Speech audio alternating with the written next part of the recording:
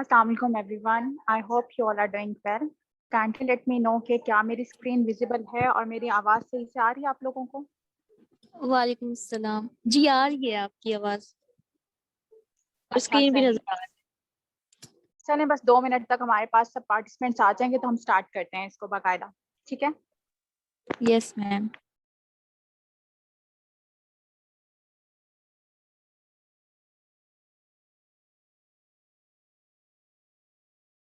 अच्छा चलें, last time जो हम लोगों ने पर्सनैलिटी डेवलपमेंट में पर्सनैलिटी ट्रेट्स और टाइप्स का पढ़ा था, तो काइंडली लेट मी नो किस किस ने आइडेंटिफाई किया, सेल्फ आइडेंटिफिकेशन की, एनालाइज किया कि उसके अंदर कौन सा ट्रेट है और उसकी कौन सी पर्सनैलिटी टाइप है। उतनी देर हम इसको डिस्कस कर लेते हैं, क्योंकि आज जो हमारा टॉपिक है वो है पर्सनैलिटी डिसऑर्डर्स के बारे में।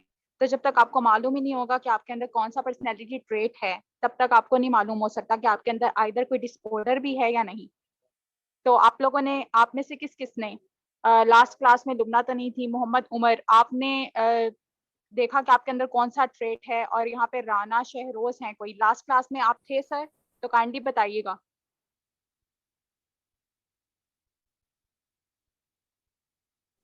मैंने देखा था मैम। मेरी पर्सनालिटी टाइप है इंट्रोवर्ट, और पर्सनालिटी ट्रेट जो था मुझ में वो था एग्रीएबलनेस। एग्रीएबलनेस का था, सही। चलिए आज हम देखते हैं कि डिसऑर्डर्स क्या होते हैं, बेसिकली पर्सनैलिटी डिसऑर्डर, और डिसऑर्डर किसे बोलते हैं, और ये कितने टाइप्स के हैं, और ये किस तरह से हमारी पर्सनैलिटी को अफेक्ट करते हैं। चलें, let's start with the name of Allah Almighty. साथ साथ पार्टिसिपेंट्स भी ज्वाइन करते रहेंगे क्योंकि हमारे पास इतना टाइम नहीं होता। First of all let me introduce my self. Assalamu alaikum everyone, this is Yazil Khan and I am doing masters from Peer Meher Ali Shairi Agriculture University. We are going to launch this program on the behalf of Inamul Haq Foundation. So आज जो हमारा topic है वो है personality disorder का। Basically personality disorders क्या होते हैं?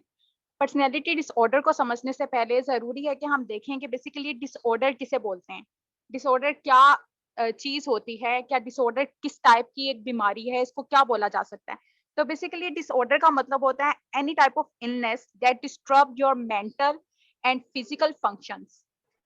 डिसऑर्डर का मतलब है कोई भी एक इस तरह की बीमारी या कोई इस तरह की एक एंशियसनेस आपके अंदर आती है कि जो आपके मेंटल फंक्शंस को और आपके फिजिकल फंक्शंस को डिस्टर्ब करती है, जो आपका पैटर्न ऑफ थिंकिंग है, जो आपका बिहेवियर है, उसको चेंज कर देती है, उसे डिस्टर्ब कर देती है, तो उसे हम बोलते हैं डिसऑर्डर। लेकिन अगर हम बात करें according to Oxford English dictionary, disorder can be defined as the set of problems that cause significant difficulties, distressfulness and sufferings in a person's life.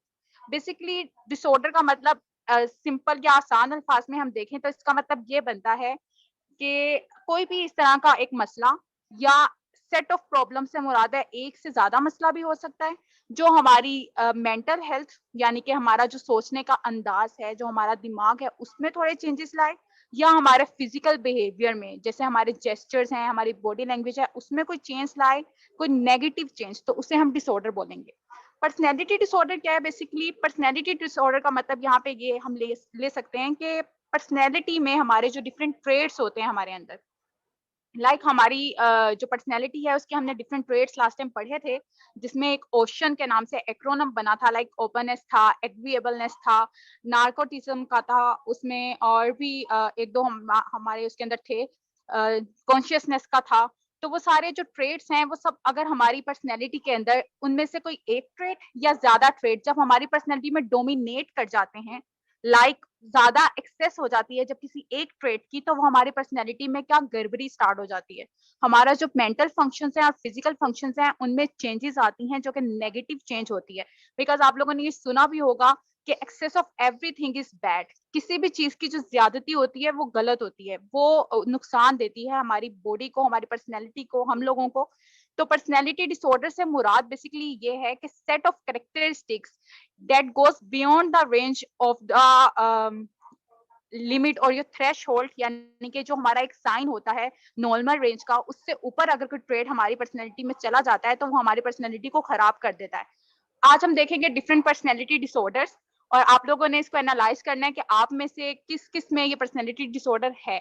Basically personality disorders जो होते हैं वो जेनेटिक फैक्टर के थ्रू भी आ सकते हैं हमारे अंदर, यानी कि हमारे पेरेंट्स से भी, और इन्वायरमेंटली भी आ सकते हैं, लाइक डिफरेंट ट्रॉमेटिक इवेंट्स हमारे साथ, अगर कोई ऐसा खुदा ना खास्ता कोई इंसिडेंट हो गया है या कोई ऐसा मसला पेश आ गया है, तो तब भी हमारे अंदर डिसऑर्डर्स आ सकते हैं।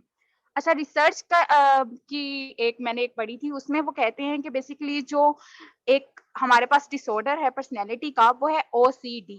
आप में से शायद किसी को इसका मालूम भी हो, जिसे हम बोलते हैं ऑब्सेसिव कंपल्सिव डिसऑर्डर। ये जो डिसऑर्डर है, ये डायरेक्टली लिंक करता है जेनेटिक्स के साथ।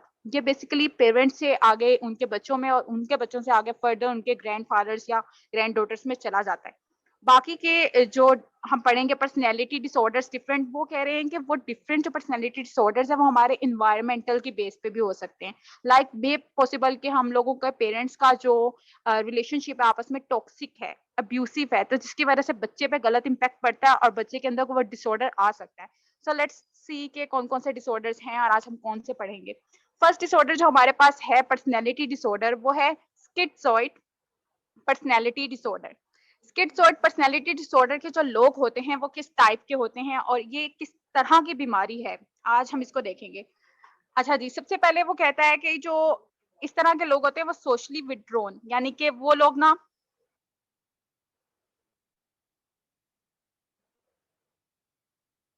Wait a minute guys.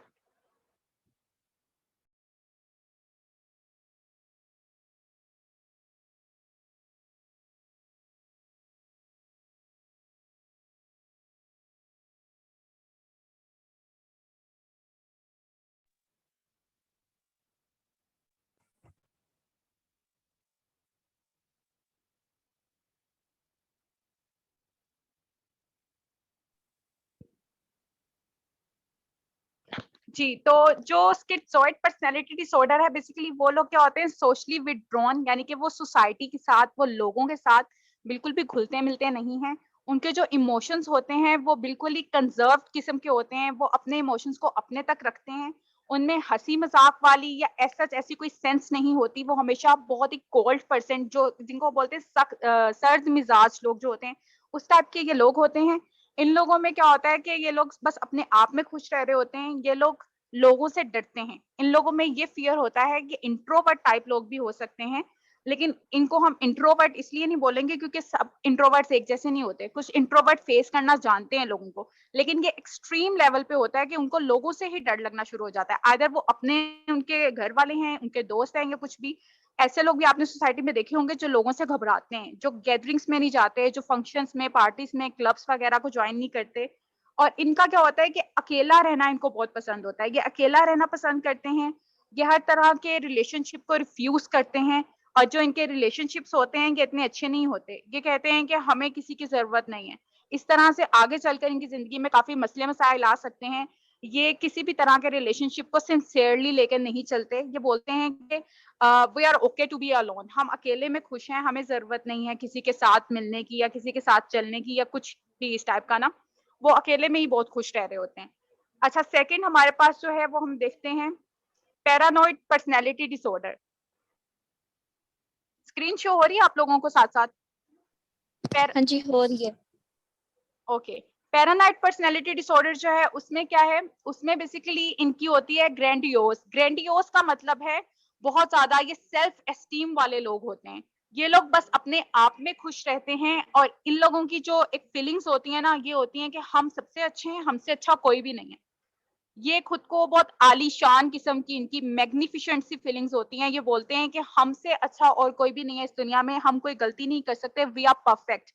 और ये अपनी हर गलती का, हर अपना जो उनका कसूर होता है, इसका ब्लेम एक्सटर्नली जो एनवायरनमेंट होता है, एक्सटर्नल जो फैक्टर्स होते हैं या जो इनके दोस्त या इनके जो रिलेटिव्स होते हैं, उन पे डाल देते हैं कि ये गलती हुई है तो ये इनकी वजह से हुई है, इसमें हमारा कोई कसूर नहीं है। वो लोग जो अपनी गलतियां दूसरों पे थोप रहे होते हैं या जो अपनी गलतियों का जिम्मेदार लोगों को ठहरा रहे होते हैं, ये उस टाइप के लोग होते हैं। साथ में ये लोग बहुत ज्यादा इन्वियस और पैथोलॉजिकली जेलस भी होते हैं, मतलब हसद का शिकार होते हैं। ये दूसरे लोगों से जलते बहुत हैं।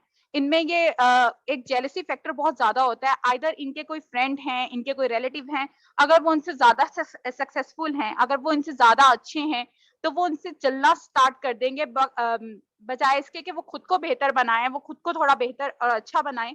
वो लोगों से जलना स्टार्ट कर देते हैं और उनको नीचा दिखाने के लिए डिफरेंट हथकंडे वगैरह आजमाते हैं और डिफरेंट काम करते हैं जिनसे वो लोगों को भी खुश ना रहने दें और खुद भी वैसे वो खुश नहीं रहते हैं। इसके अलावा उनका बिलीव होता है कि हर कोई इनको नुकसान पहुंचाएगा, क्योंकि ये खुद अंदर से इस टाइप के होते हैं। इनका खुद एक वो जो कह सकते हैं कि इनका जमीर थोड़ा मरा हुआ होता है या इस टाइप का, ये खुद लोगों को गलत समझ रहे होते हैं, अपनी गलतियां लोगों पे डाल रहे होते हैं। इसी तरह से वो ये भी समझ रहे होते हैं साथ साथ के जो लोग हैं वो अपनी गलती मुझ पे डाल देंगे, या लोग हैं जो मेरी जान के दुश्मन बने हुए हैं। कुछ इस टाइप के लोग होते हैं जो समझते हैं कि मैं इस सोसाइटी में सेफ नहीं हूँ, बहुत ही इनसिक्योर टाइप के लोग होते हैं। और एक और फैक्टर है यहाँ पे कि ये कभी भी लोगों पे यकीन नहीं करते, ये सिर्फ अपने आप पे रिलाय करते हैं। ये कहते हैं कि हम जो काम कर रहे हैं बस वो सही है, हम किसी को अपना काम नहीं बताएंगे या हम किसी के साथ काम नहीं करेंगे या कुछ भी लाइक ये कहते हैं कि हम जो हैं बस हम ही हम हैं। अगर हम किसी से अपना काम करवा देंगे या किसी को बोलेंगे कि हमारा काम कर दे तो फिर वो मसला हो जाएगा या वो बंदा हमारा काम सही नहीं करेगा, क्योंकि ये खुद ऐसे होते हैं, इनको लग रहा होता है कि पूरी दुनिया इनकी जैसी है, तो वो कभी भी किसी को अपना काम नहीं कहते करने को। वो कहते हैं कि मे पॉसिबल कि अगला बंदा डिसऑनेस्ट है, डिस्ट्रस्टफुल है, उस पर यकीन नहीं करना चाहिए। तो ये अपने जैसे ही समझ रहे होते हैं। इनमें जो गुस्सा होता है वो बहुत ज्यादा होता है। इनका जो गुस्सा कभी कभी एक्सट्रीम लेवल तक भी चला जाता है। अच्छा, ये जो डिसऑर्डर्स होते हैं ना, डिसऑर्डर में भी 3 डिग्रीज होती हैं, first degree, second degree and third degree. हम लोगों में जो डिसऑर्डर्स पाए जाए मे पॉसिबल कि वो फर्स्ट डिग्री के हों, एंड देन जब वो थोड़ा एक्सट्रीम होते हैं तो वो सेकंड डिग्री पे आते हैं, और जो एक्सट्रीमियस्ट हो जाते हैं तो वो थर्ड डिग्री पे चले जाते हैं। ये डिसऑर्डर्स भी टाइमली हमारे साथ इंक्रीज भी कर सकते हैं, एक्सट्रीम लेवल पे भी जा सकते हैं और ओवरकम भी कर सकते हैं। ये हम पे डिपेंड करता है। अगर तो आप उसी एक सिचुएशन या सर्कमस्टांसेस में रह रहे हो जिनमें जिनकी वजह से आपके अंदर ये डिसऑर्डर आया है, तो मे पॉसिबल के टाइम के साथ with the passage of time आपके अंदर ये डिसऑर्डर और ज्यादा हो जाएगा। और फिर एक टाइम ऐसा आएगा कि आपको लोग साइकोपैथ बोलेंगे। साइकोपैथ मतलब पागल या नफसियाती, क्योंकि अगर ये डिसऑर्डर एक जो पर्सनैलिटी डिसऑर्डर कोई भी ले लो, आइदर वो स्किज़ोइड है, पैरानॉइड है, ओसीडी है या कोई भी, अगर वो आपके अंदर बहुत ज्यादा आ जाता है, अगर वो आपके अंदर एक्सेसिव अमाउंट में है, यानी कि डोमिनेट कर गया है और with the passage of time उसमें इजाफा हो जा रहा है, तो एक टाइम आएगा कि आप बिल्कुल ही एक साइकोपैथ यानी कि एक नफसियाती मरीज बन जाएंगे। सो ट्राई करें, अपने अंदर एनालाइज करें कि कौन सा वाला डिसऑर्डर अभी तक हम लोगों ने जो पढ़े हैं उनमें से अगर आपके अंदर कोई भी है तो उसको ओवरकम करना है किस तरह से, वो नेक्स्ट हमारे लेक्चर में भी हम पढ़ेंगे। और बाकी आप लोग भी देखिएगा कि अगर आपके अंदर कोई है तो उसको हम किस तरह से ओवरकम कर सकते हैं। अपने सजेशंस भी आप दे सकते हैं। अच्छा, नेक्स्ट हम देखते हैं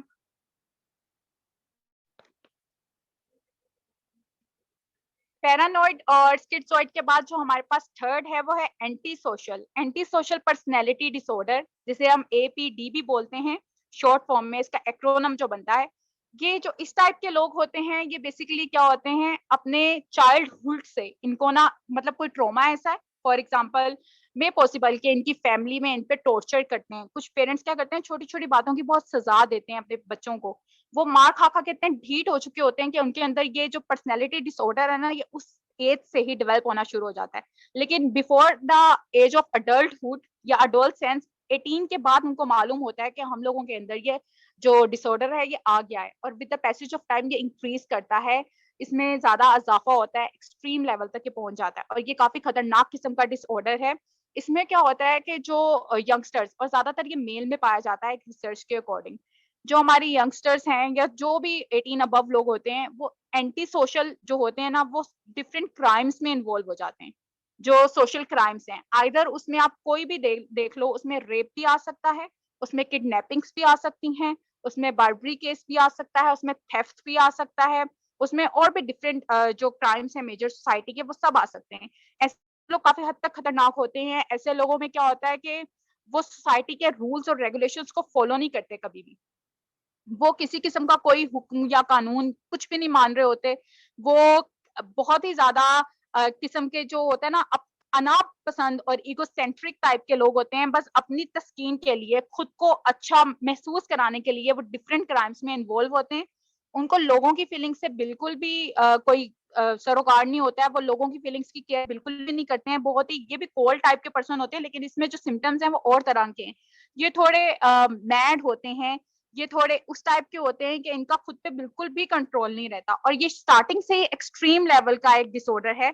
ये जैसे ही इनको मौका मिलता है, ये कोई ना कोई क्राइम कर लेते हैं, कोई ना कोई ऐसा काम कर लेते हैं जिनसे इनको खुशी मिले। जैसे हमारी बहुत सारी यूथ है आजकल जो ड्रग एडिक्शन पे लगी हुई है। जो ड्रग एडिक्टेड होते हैं वो भी मोस्टली इसी तरह के लोग होते हैं, जिनको घर में अच्छा एनवायरनमेंट नहीं मिल रहा होता, जिनके घर में कोई इश्यू चल रहे होते हैं, या जिनके रिलेटिव्स अच्छे नहीं होते, या जो लोग बच्चों पे टॉर्चर करते हैं, या अक्सर आप लोगों ने देखा होगा आपके घरों में भी काम वालियों के जो छोटे-छोटे बच्चे होते हैं, उन पे भी चाइल्ड अब्यूज जिसे हम बोलते हैं, उन पे बच्चों पे तशद्दुद हो रहा है। लोग अपने पेरेंट्स जो हैं अपने बच्चों पे कर रहे होते हैं। अगर बच्चे ने कोई गलती कर दी है तो माँ या बाप उनको लगा रहे होते हैं धराधर ना, और काफ़ी सब किस्म की सज़ाएँ भी दी जाती हैं बच्चों को। तो तब से ही बच्चे की वो जो मेंटल स्टेट है, वो चेंज होना स्टार्ट हो जाती है और उसके अंदर ये डिसऑर्डर डेवलप होना स्टार्ट हो जाता है। इसलिए कोशिश करें, अगर आप लोगों के घर में भी बच्चे हैं तो उन्हें विद लॉट ऑफ केयर और प्यार से ट्रीट करें, क्योंकि जब आप बच्चों को टॉर्चर करते हैं, बच्चों पे इस तरह से आप ज़ुल्म कर रहे होते हैं, तो उनके अंदर एक ऐसा डिसऑर्डर बन जाएगा जो आगे चल के हमारी पूरी सोसाइटी के लिए खतरनाक है, और इटसेल्फ उनके लिए तो है ही है, लेकिन हमारी सोसाइटी को उनसे बहुत खतरा होता है। वो कुछ इस टाइप के लोग बन जाते हैं फिर। अच्छा, ये लोग अब्यूसिव भी होते हैं, मतलब ये लोग गलत बात करना, गाली-गलौज और अपने मुँह से जो भी निकाला बस बक दिया, जो भी इनके मुँह में आया, इस टाइप के लोग होते हैं। इनके जो इमोशंस हैं, शैलो इमोशंस होते हैं, लाइक इनको किसी से कोई फ़र्क नहीं पड़ता है, क्योंकि ये लोग इनको बचपन में खुद जब प्यार नहीं मिला होता है, जब इनके साथ खुद वैसा सलूक किया गया होता है इनके पेरेंट्स ने, तो ये बड़े होकर भी किसी को भी इस तरह से प्यार नहीं दे पाते हैं, किसी के साथ इस तरह से अटैच नहीं हो पाते हैं, किसी के लिए इनके दिल में फीलिंग्स नहीं आती हैं। इनको लगता है कि पूरी सोसाइटी ही वैसी है। इनको लगता है कि हमारे साथ जो ज़ुल्म हुआ है ना, हम इसका बदला सबसे लेंगे। तो बड़े होके फिर ये हर किसी के साथ ज़ुल्म और ज़्यादती करते हैं। तो इसलिए कोशिश करें कि आपके अगर घर में या सोसाइटी में इस तरह के लोग पाए जाते हैं, जो बच्चों पे ज़ुल्म कर रहे हैं, या आपके घर में अगर कामवालियों के बच्चे हैं, उन पे जो स्पेशली हमारी सोसाइटी में बहुत ज़ुल्म होता है। हम लोग समझते हैं कि हमने अपनी कामवाली को खरीद लिया है, या वो जो बच्चे कामवालियाँ घरों में छोड़ के चली जाती हैं और पैसे उनसे मंगवा रही होती हैं, ये भी हमारी सोसाइटी में काफ़ी ट्रेंड है। और फिर पीठ पीछे वो पूछती भी नहीं कि हमारे बच्चे किस हाल में हैं, और वो जो मालकान हैं वो बच्चों पे ज़ुल्म कर रहे हैं, तो कोशिश करें कि आप लोग उनके लिए आवाज़ उठाएँ। बच्चों पे ज़ुल्म नहीं करना चाहिए, क्योंकि वही बच्चे हमारे मुस्तकबिल का आगे रोशन सितारा होते हैं। लेकिन जब हम उन पे ज़ुल्म करते हैं तो वो एक उनका साइकी ऐसी बन जाती है कि वो बड़े होकर फिर क्रिमिनल्स बनते हैं। वो कभी भी एक अच्छा इंसान नहीं बन सकता जिस पे ज़ुल्म किया गया हो। तो इसलिए इसको भी अवॉइड करें और देखें कि ये कहीं आपके इर्द-गिर्द या आपके खुद के अंदर तो ये डिसऑर्डर नहीं है। अगर है तो इसे ओवरकम करने की कोशिश करें। नेक्स्ट है हमारे पास हिस्ट्रियोनिक पर्सनैलिटी डिसऑर्डर। जो हिस्ट्रियोनिक पर्सनैलिटी डिसऑर्डर है बेसिकली, ये ज़्यादातर फीमेल्स में पाया जाता है। सॉरी टू से, लेकिन ये सच है कि ये फीमेल्स में पाया जाता है, और फीमेल्स में क्योंकि ड्रामा ज़्यादा होता है, उनके जो इमोशंस हैं वो इस टाइप के होते हैं कि वो हर चीज़ को मेलोड्रामा बना देती हैं, ड्रामेटिक सी होती हैं। लाइक इस टाइप का जो डिसऑर्डर होता है ये फीमेल्स में होता है। ये क्या करती हैं कि इनकी जो इमोशंस होते हैं ना, ये बहुत ही ओवरडू करती हैं अपने इमोशंस को। लाइक अगर ये किसी चीज़ को एक्सप्रेस करना चाह रही हैं तो वो अपने फिजिकल जेस्चर्स के थ्रू, अपनी स्माइल के थ्रू, या अपने डिफरेंट पोजेस के थ्रू ना उसको एक्सप्रेस करेंगी, और अगले बंदे के लिए ना ये अट्रैक्ट वो पीस ऑफ अट्रैक्शन बनना चाहती हैं, सेंटर ऑफ अट्रैक्शन बनना चाहती हैं। ये कहती हैं कि बस हमें ही हर कोई हर टाइम देखता रहे, या हमें ही लोगों की अट्रैक्शन या अटेंशन मिलती रहे। ये हर वक्त कुछ ऐसा करती हैं, या आप कह लें कि ये हर चीज़ को ओवर यूज़ करती हैं। जो इस टाइप की गर्ल्स होती हैं बेसिकली वो क्या करती हैं, वो मेकअप को ओवर यूज़ करती हैं। वो ज्वेलरी ले लें, मेकअप ले लें या ड्रेस सेंस ले लें, वो कुछ इस टाइप का मतलब खुद को रेडी करना, खुद को तैयार करना कि वो सेडक्टिव सी दिखें, मतलब दिलकश सी, और वो अट्रैक्ट कर सकें लोगों को बहुत ईज़िली। जो इस तरह की गर्ल्स होती हैं वो बेसिकली अपने ऑपोजिट जेंडर यानी कि मेल्स को अपनी तरफ अट्रैक्ट करने के लिए कोई इल्लीगल काम भी कर जाती हैं। तो एक्टर में भी पाया जाता है, तो ये बहुत हद तक गलत है, क्योंकि ये एक तो इलिसिट में आ जाता है बिल्कुल ही, और ये बिल्कुल ही अनएथिकल सा एक डिसऑर्डर है, जो कुछ गर्ल्स में जो ये लोग, मतलब एक वो जो चला था ना हम लोगों का स्लोगन, मेरा जिस्म मेरी मर्जी टाइप, उस टाइप के कुछ लोग होते हैं, जो अपनी ही बॉडी को मिसयूज़ कर रहे होते हैं और अपने आप को ही एक तरह से नुकसान दे रहे होते हैं। और डेफिनिटली इस डिसऑर्डर से किसी को तो नुकसान हो ना हो, लेकिन इनका अपना बहुत ज़्यादा नुकसान हो जाता है। और ये लोग क्या करती हैं, ईगोसेंट्रिक होते हैं ये लोग भी, ये भी अपनी अना को, अपने आप को खुश करने के लिए कुछ भी करती हैं। ये ज़्यादातर फीमेल्स में है, लेकिन कुछ हद तक इसमें मेल भी इन्वॉल्व होते हैं। मेल ओवर लाइक वो मेकअप नहीं कर सकते, लेकिन वो ज्वेलरी नहीं पहन सकते, लेकिन वो ड्रामा वाली सेंस है ना, वो मेल में भी हो सकती है, लेकिन मोस्टली ये फीमेल्स में देखा गया है। लाइक इसके अलावा ये डिपेंड कर रही होती है लोगों पे। ये इनमें इंडिपेंडेंस वाले जो होता है ना, वो बिल्कुल भी फीचर नहीं होता है। ये हर वक्त किसी ना किसी पे डिपेंड कर रही होती हैं, इनको अपने लाइफ के डिसीजंस लेने नहीं आते हैं, ये खुद पे ट्रस्ट नहीं कर पाती हैं, इनको लगता है कि हम कुछ भी नहीं है, लेकिन बस इनको एक ही काम आता होता है, वो क्या, लोगों की अट्रैक्शन, लोगों की अटेंशन लेना, मेकअप का यूज करना, different dress sense, different fashions, jewellery का यूज करना, या इस टाइप की जो चीजें होती हैं। इसके अलावा हम देखते हैं इसमें इनके जो रिलेशंस होते हैं वो भी एज सच स्ट्रॉन्ग नहीं होते, क्योंकि ऑब्वियसली जब एक गर्ल इस टाइप का काम कर रही है कि वो सबको ही अपनी तरफ अट्रैक्ट करना चाह रही है, तो उनके वो जो रिलेशंस होंगे वो उनके घर वालों के साथ भी सही नहीं हो सकते हैं। आगे चलकर अगर उसकी शादी हो रही है तो उसके साथ, अपने हस्बैंड के साथ भी वो उस तरह से नहीं, क्योंकि वो चाह रही होती है कि मुझे एक की नहीं, मुझे एक टाइम में सबकी अटेंशन चाहिए। वो मरकज बनना चाहती है तवज्जो का, तो वो कह रही होती है कि मुझे सबकी अटेंशन चाहिए, तो इसलिए जो उनके रिलेशन होते हैं वो यूजली अनस्टेबल होते हैं, वो कभी भी लोगों को अपने साथ खुश नहीं रख सकती। और इसके अलावा इनकी जो नेचर होती है वो फ्लर्टी होती है, अटेंशन के लिए ये कुछ भी कर जाती हैं, अटेंशन सीकर्स होते हैं। अच्छा, नेक्स्ट है हमारे पास ओसीडी का है, ऑब्सेसिव कंपल्सिव डिसऑर्डर। ओसीडी इसको बोला जाता है बेसिकली। ओसीडी में क्या आ जाता है, इसमें दो चीजें आती हैं जो मेन है। फर्स्ट थिंग इज के इसके अंदर हम देखते हैं कि ये जो लोग होते हैं ओसीडी वाले, इनके अंदर सफाई सुथराई वाला जो फैक्टर होता है वो बहुत ही ज्यादा होता है, एक्सट्रीम लेवल वाला। वो कहते हैं कि हम लोग साफ सुथरा रहें हर वक्त, इवन के अगर ये एक्सट्रीम लेवल पे चले जाएं तो इनके सामने अगर कोई चीख भी मार देता है। अच्छा, आप में से हम शक्ल्स जो मूवी है वो किस किस ने देखी हुई है? अगर किसी ने देखी हुई है तो मालूम होगा कि उसके अंदर भी एक उन्होंने बताया था इस पर्सनैलिटी डिसऑर्डर के बारे में। उसमें एक कैरेक्टर था जो मेंटल असाइलम में था, और वो कहते हैं कि काफी डेंजरस पर्सन है, ये काफी ज्यादा हमारा डेंजरस वो जो पेशेंट है, क्योंकि इसके सामने कोई छींक भी मार रहा है ना तो वो समझता है कि वो उस पे स्पिट कर रहा है जर्म्स को, और वो उसको ना मारने को दौड़ता है। तो कुछ इसी टाइप के लोग होते हैं